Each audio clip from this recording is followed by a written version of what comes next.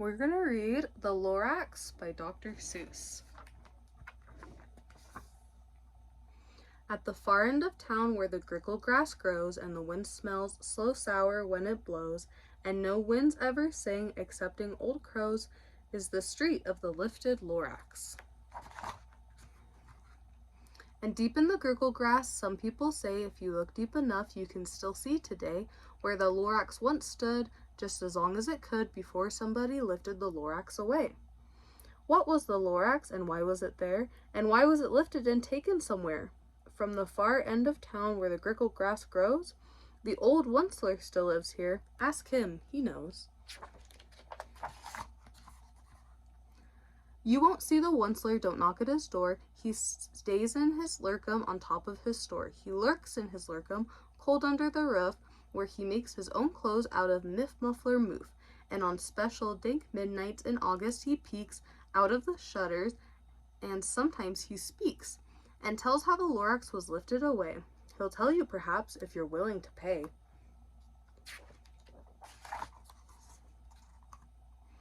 On the end of a rope he lets down a tin pail, and you have to toss in 50 cents and a nail, and the shell of a great-great-great-grandfather snail.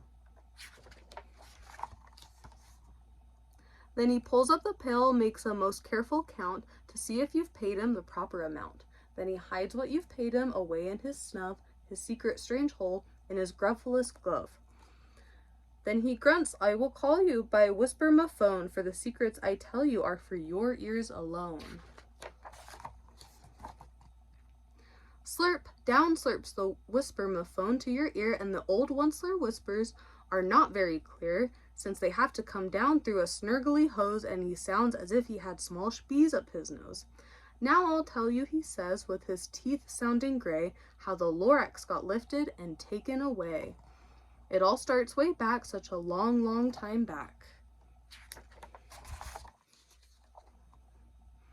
Way back in the days when the grass was still green, and the pond was still wet, and the clouds were still clean, and the songs of the swami swans ring out in space, one morning I came to this glorious place, and I first saw the trees, the truffula trees, the bright-colored tufts of the truffula trees, mile after mile in the fresh morning breeze.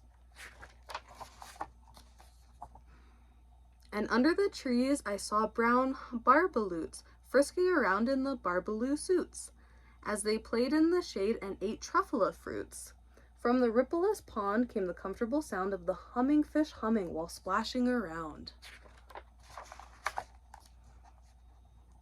But those trees, those truffula trees, all my life I'd been searching for trees such as these. The touch of their tufts was much softer than silk, and they had the sweet smell of fresh butterfly milk. I felt a great leaping of joy in my heart. I knew just what to do. I unloaded my cart. In no time at all, I had built a small shop. Then I chopped down a truffula tree with one chop, and with great skillful skill and with great speedy speed, I took the soft tuft and I knitted a thneed. The instant I'd finished, I heard a gazump. I looked, I saw something pop out of the stump of the tree I chopped down. It was sort of a man. Describe him? That's hard. I don't know if I can. He was shortish and oldish and brownish and mossy, and he spoke with a voice that was sharp and bossy. Mister, he said with a sawdusty sneeze, I'm the Lorax. I speak for the trees. I speak for the trees have no tongues, and I'm asking you, sir, at the top of my lungs. He was very upset as he shouted and puffed, what's that thing you've made out of my truffula tuft?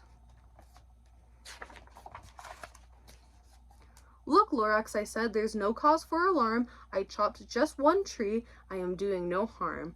I'm being quite useful. This thing is a thneed, a fine something that all people need. It's a shirt, it's a sock, it's a glove, it's a hat, but it has other uses, yes, far beyond that. You can use it for carpets, for pillows, for sheets, or curtains or covers, for bicycle seats. The Lorax said, sir, you are crazy with greed. There is no one on earth who would buy that fool thneed. But the very next minute I proved he was wrong. For just at that minute a chap came along, and he thought that the Thneed I had knitted was great. He happily bought it for $3.98. I laughed at the Lorax. You poor stupid guy, you never can tell what some people will buy. I repeat, cried the Lorax, I speak for the trees. I'm busy, I told him. Shut up if you please. I rushed across the room and in no time at all built a radio phone. I put in a quick call. I called all my brothers and uncles and aunts, and I said, listen here, here's a wonderful chance for the whole Onceler family to get mighty rich. Get over here fast, take the road to North Nitch. Turn on Weehawkney, sharp right at South Stitch. And in no time at all, in the factory I built, the whole Onceler family was working full tilt. We were all knitting Thneeds, just as busy as bees, to the sound of the chopping of truffula trees. Then, oh baby, oh how my business did grow. Now chopping one tree at a time was too slow. So I quickly invented my super axe hacker, which whacked off 4 truffula trees at one smacker. We were making Thneeds 4 times as fast as before, and that Lorax, he didn't show up anymore. But the next week he knocked on my new office door. He snapped, I'm the Lorax who speaks for the trees, which you seem to be chopping as fast as you please. But I'm also in charge of the brown barbaloots, who played in the shade in their barbaloot suits and happily lived eating truffula fruits.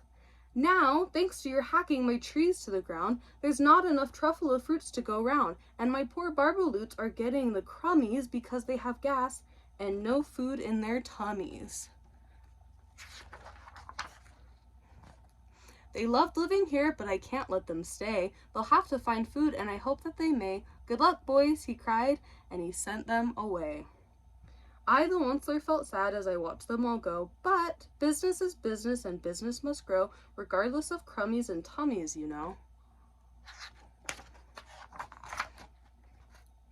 I meant no harm, I most truly did not, but I had to grow bigger, so bigger I got. I biggered my factory, I biggered my roads, I biggered my wagons, I biggered the loads of the Thneeds I shipped out. I was shipping from them forth to the south, to the east, to the west, to the north. I went right on biggering, selling more Thneeds as I biggered my money, which everyone needs. Then again he came back. I was fixing some pipes when the old nuisance Lorax came back with more gripes. I am the Lorax, he coughed and he whiffed, he sneezed and he snuffled, he snargled, he sniffed. Onceler, he cried with a cruffulous croak, Onceler, you're making such smogulous smoke. My poor swanny swans, why they can't sing a note. No one can sing who has smog in his throat. And so, said the Lorax, please pardon my cough, they cannot live here, so I'm sending them off. Where will they go? I don't hopefully know. They may have to fly for a month or a year to escape from the smog you've smogged up around here. What's more, snapped the Lorax, his dander was up. Let me say a few words about the gluppity-glup. Your machines chug on day and night without stop, making gluppity-glup, also sloppity-slop. And what do you do with this leftover goo? I'll show you, you dirty old Onceler man, you.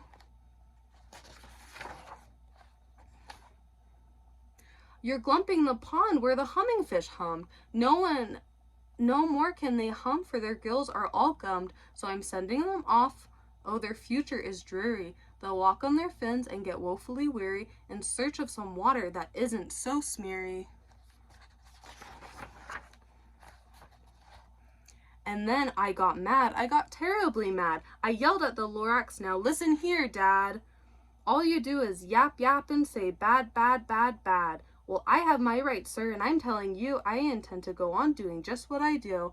And for your information, you Lorax, I'm figuring on biggering and biggering and biggering and biggering, turning more truffula trees into Thneeds, which everyone needs.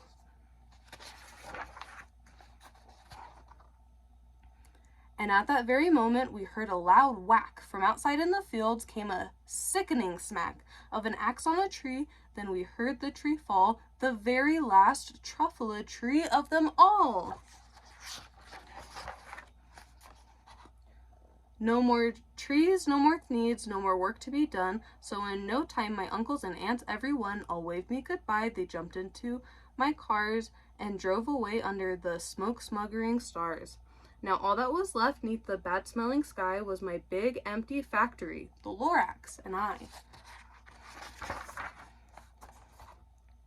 The Lorax said nothing, just gave me a glance, just gave me a very sad, sad backward glance as he lifted himself by the seat of his pants. And I'll never forget the grim look on his face when he hoisted himself and took leave of this place, through a hole in the smog without leaving a trace. And all that the Lorax left here in this mess was a small pile of rocks with one word, unless. Whatever that meant, well, I just couldn't guess. That was long, long ago, but each day since that day, I've sat here and worried away. Through the years, while my buildings have fallen apart, I've worried about it with all of my heart. But now, says the Onceler, now that you're here, the word of the Lorax seemed perfectly clear. Unless someone like you cares a whole awful lot, nothing is going to get better, it's not. So, catch, says the Onceler. He let something fall. It's a truffula seed. It's the last one of all. You're in charge of the last of the truffula seeds, and truffula trees are what everyone needs. Plant a new truffula, treat it with care, give it clean water, and feed it fresh air. Grow a forest, protect it from axes that hack, then the Lorax and all of his friends may come back.